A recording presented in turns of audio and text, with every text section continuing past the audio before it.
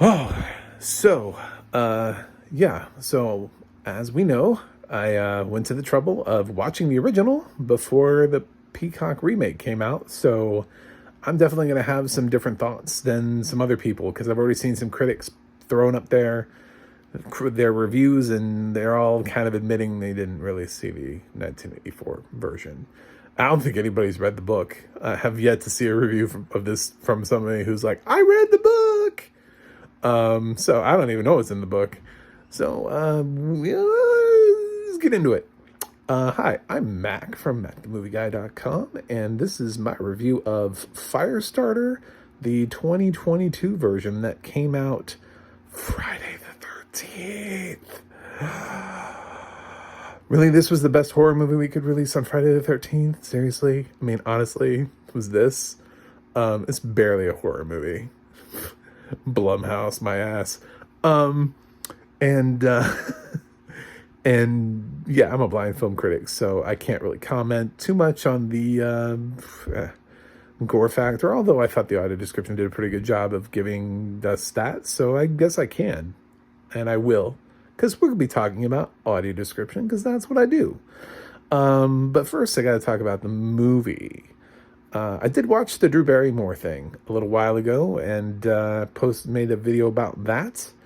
So you can check that out if you want to find out what I thought about the original Firestarter.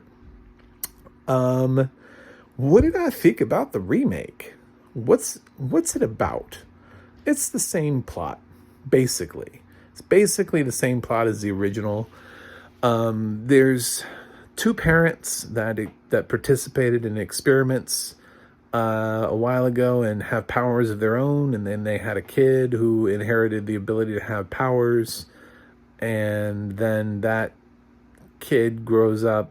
That kid Charlie grows up, and she has the ability to do things with fire, and she wants to learn how to control her powers. And the government that created them are after them, and they're on the run from the government as before.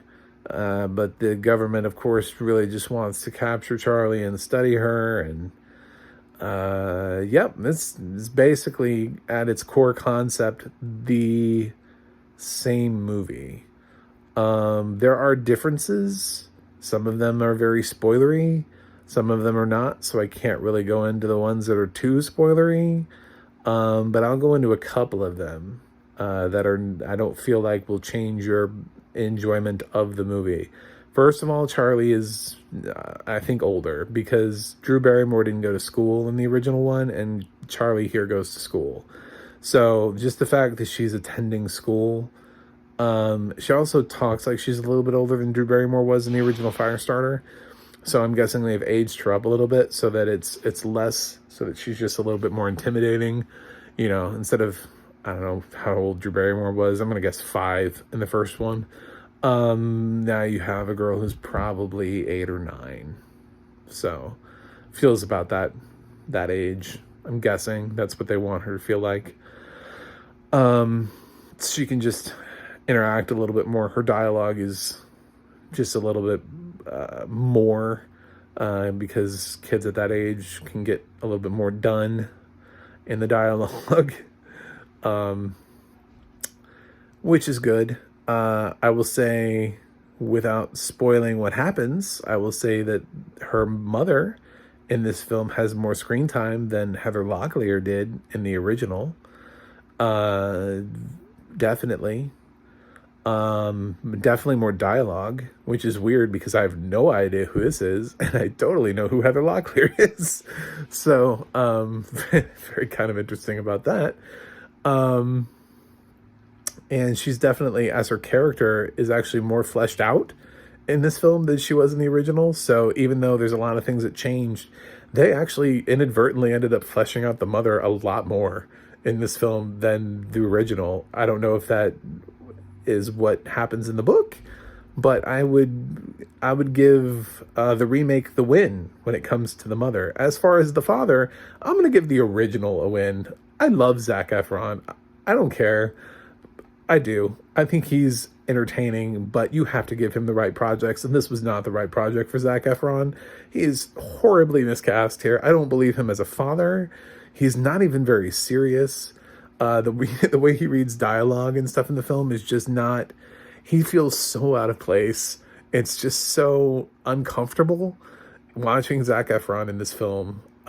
It's and like, I will fight for some of his films that he's done that people just laugh off as being stupid comedies. I loved Baywatch. I thought Baywatch was hilarious. I laughed all the way through Dirty Grandpa. You know what I'm saying? Like, Zac Efron in the right movie, I got no problem with Zac Efron. This is just not the right. I would not have put Zac Efron in this film. This film needed to be somebody else. I love that they keep mentioning that he has a beard too, and I'm like, I really want to know what Zac Efron looks like with a beard. Like, to me, that in itself feels like an entire experience, seeing Zac Efron with a beard. So yeah, I would give Keith David the win for the original. That's who did it, right? Yeah, I think so. Then we get into the really interesting character changes. Rainbird, or whatever that character's name is. Wow, we just totally we reinvented that. But I also don't know which character's closer to the novel. In the first film, Mr. Rain, I'm just gonna call him that because I can't remember if it's. I feel Rainbird is too stupid. That might be his name though. In the first film, he was George C. Scott, and he was normal. And there was this whole subplot where he gains Charlie's trust, and like, he's also like a sniper, and he ends up sort of being the reason why Charlie gets captured in the first film. And but then he also manipulates her into trusting him, and he sort of becomes the main villain of the original. That does not happen with this character here. Beat for beat, that character is totally different. Like 99% different from the original character, from the original film. So we've gone Native American, I guess, because his name is Rainbird. I thought it was a code name from the first film. That was the vibe I got, was like he had a real name, because I think they called him, he had a real name. They called him something else, and Rainbird was like his code name. In this film, this dude's name is just Rainbird or whatever. Like, that's his name. Like, he's a fucking X-Men or something, you know? He serves a similar purpose, but he ends up entering Charlie's world a lot earlier in the film, because this film is shorter than the original, and it needs to move a lot quicker. So I guess because they gave the mom more to do, they had shortened up the back half of the film. So he appears a lot earlier in a scene in which he doesn't appear in the first film. And he's got some stuff I don't want to spoil. But I'd just say his character is different, and they've made him Native American. And he's actually played by the guy from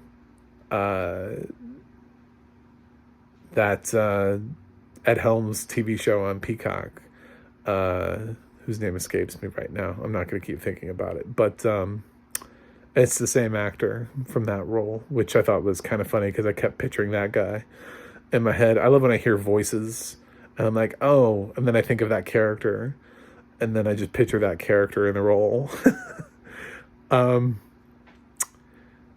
He's fine, but it's a totally reinvention of the role. The film also continues to reinvent. It cuts out some things.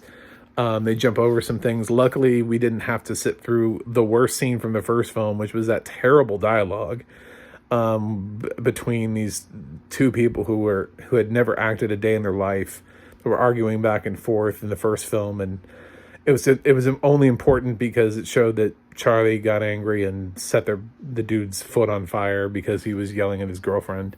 That whole scene just got nixed from the film entirely. Instead, we get like other scenes, like showing her at school. You know, there's an interaction that she has with 3 boys on the road, who kind of make fun of her, and it's like, you picked the wrong girl at the wrong time, dude. So like there's different interactions. We still get our old couple, which in the original film were played amazingly by, I mean, they got Art Carney and Louise Fletcher. Like, what? In this film, we've got decidedly not those people, and also the characters are totally rewritten. So it's a complete reimagining of those characters, and they do serve a completely different purpose. Everything is different about that scene, those characters. It is completely changed. So if you saw the first film and you're like, what's going to happen with the lovely old couple at the farm? I'm just not what you think, is the answer. Yeah, the film just really tried to be its own thing. The film does not have as many disposable agents as the first film does. However, it did predictably, as I predicted it would, amp up the gore. So when people burn in this one, they don't, flail around like they did in the 80s when they were on fire. They burn, and the audio description makes sure to let you know that their skin is charred. The charred remains of things. Somebody's body part is charred, whatever it is. You get the gore, and you can hear sort of this one dude's like gurgling and stuff, and it's like, okay, so I guess you got your R rating, even though it's like barely. I guess there's probably just a few like really strong gory scenes in the film that got it to that point, but because it's really not. Otherwise, it's kind of, aside from like maybe probably what I'm guessing like 2 or 3 of the deaths, if you just cut those out, this film could have been PG-13. I don't know, maybe there were, I know 2 fucks will get you an R rating too. Maybe there were 2. I don't remember profanity being necessarily a huge part of this film. So Gloria Reuben is in this. We've also stepped down. No offense to Gloria Reuben, but her role was originally played by Martin Sheen. So I would consider that a step down. Sorry, Gloria Reuben is just not Martin Sheen.